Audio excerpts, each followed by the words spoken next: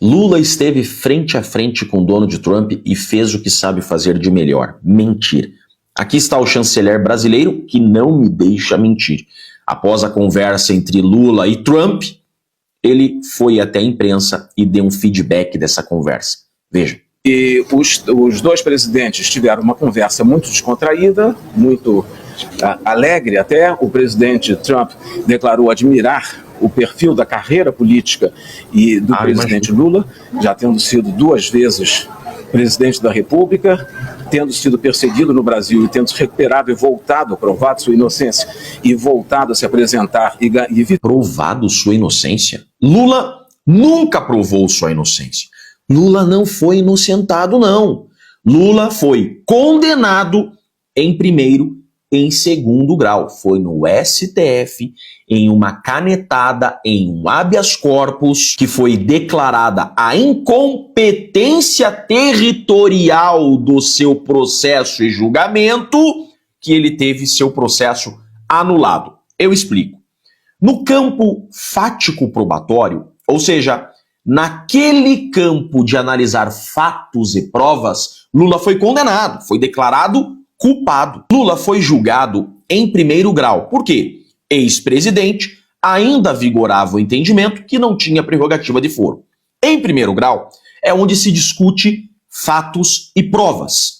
Analisando os fatos e as provas, ele foi condenado. Recorreu para o segundo grau, Tribunal de Apelação, fez o recurso de apelação. É o recurso que se reanalisa fatos e provas, faz uma reanálise da condenação.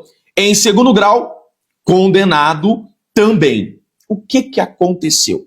Dali para cima, você não discute fato e provas mais, ou seja, STJ e STF não discute mais fatos e provas. Está condenado. Dali para cima você só discute direito. O que aconteceu? A defesa do Lula, então, começa a levar aos tribunais superiores questões processuais e leva até o STF um habeas corpus. Nesse habeas corpus, o ministro Fachin dá uma canetada e diz o seguinte: Lula foi processado e julgado no território incompetente. O processo não poderia ser em Curitiba. O processo do Lula deveria ser no DF, no Distrito Federal. Nulo, anula todo o processo. Foi isso que aconteceu. Então Lula nunca foi declarado inocente. Nunca, por uma análise de fatos e de provas, foi declarado inocente. Não. Na análise de fatos e provas, ele foi culpado em primeiro e em segundo grau, que é onde se discute provas. No STF, por uma mudança de CEP, numa canetada, o processo dele foi anulado, com a decisão de que o processo fosse reaberto no território competente, Distrito Federal. Mas em razão da idade do Lula, houve prescrição. Então Lula não foi declarado inocente pela justiça, não. Seu processo foi anulado por incompetência territorial, uma matéria de direito, e, em razão da prescrição, não pôde ser novamente processado. Então, esse aqui foi o primeiro ponto da mentira. E não para por aí. A justificativa, isso ficou muito claro naquela carta que o presidente Trump envia para o presidente Lula. Ele começa falando sobre a situação do ex-presidente Bolsonaro para impor essas tarifas para o Brasil. Isso é discutido? O que ele falou sobre isso exatamente? Não, isso não foi discutido.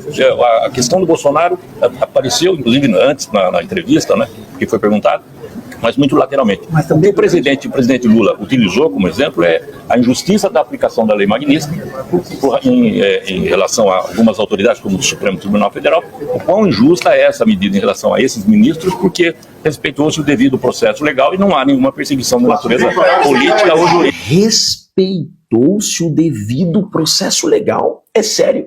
Eu acabei de falar para vocês que o Lula foi processado e julgado onde? Em primeiro grau. Por quê? Porque é ex-presidente. Ou seja, Lula teve direito a recorrer.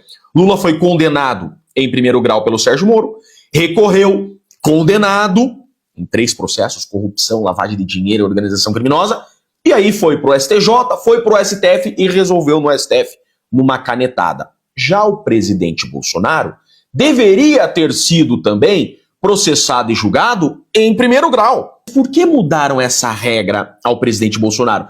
Porque nenhum procurador da República e juiz de primeiro grau iriam denunciar e processar o presidente Bolsonaro. Aí o que aconteceu? Mudaram essa regra no meio do jogo. E aí disseram, ex-presidente agora tem prerrogativa de foro. E levaram o caso do presidente Bolsonaro para o STF. Vejam, isso é devido ao processo legal. Desde 2005, ex-presidente, primeiro grau. E daí tem direito de recursos. Na vez do Bolsonaro, por fato que não constitui crime, sem qualquer prova de crime, né? Já falei muito sobre isso, levam o caso do presidente Bolsonaro para o STF. Ex-presidente, de repente, vai para o STF e começa esse processo no STF.